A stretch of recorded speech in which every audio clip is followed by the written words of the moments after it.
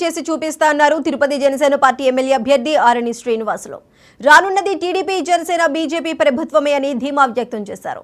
కపిలేశ్వర ఆలయంలో ప్రత్యేక పూజలు నిర్వహించారు. తిరుపతిలో జనసేన జెండా ఎగురవేస్తా అని ధీమా వ్యక్తం చేశారు ఆరణి శ్రీనివాసులు. వైసీపీపై ప్రజలు ఆగ్రహంతో ఉన్నారని, జగన్ కు పాలన చేత కాదని ప్రజలకు అర్థమైందన్నారు. అందరి సహకారంతో తిరుపతి ఎమ్మెల్యేగా విజయం సాధిస్తానన్నారు ఆరణి శ్రీనివాసులు. పాలనపై విజయం సాధించి ప్రజలను గెలిపించాలని వచ్చారు.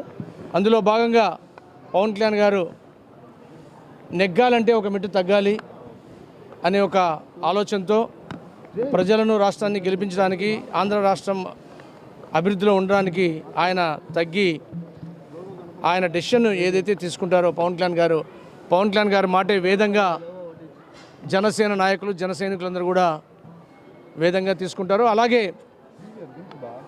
జేఎంసీ శ్రీనివాసులు అన్న గారు ప్రజారాజ్యం నుంచి ఉన్నారు. ఆ రోజు గెలిచి ఓడారు, ప్రజారాజ్యంలో కూడా గెలిచి ఓడారు.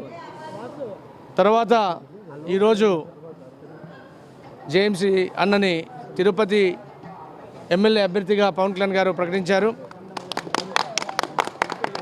శ్రీనివాసులని అఖండ మెజార్టీతో గెలిపించడానికి జనసేన తిరుపతి నాయకులందరూ, అలాగే జిల్లాలో ఉన్న జనసేన నాయకులందరూ కూడా ఆకాంక్ష.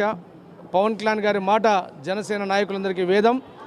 ఆయన ప్రకటించిన శ్రీనివాసులని తిరుపతిలో ఖచ్చితంగా అత్యధిక మెజార్టీతో గెలిచే వరకు ఖచ్చితంగా జనసేన, తెలుగుదేశం, బీజేపీ నాయకులందరూ కూడా కలిసికట్టుగా పనిచేసి విజయాన్ని సాధించి తీరుతాం. ఈరోజు రాష్ట్రం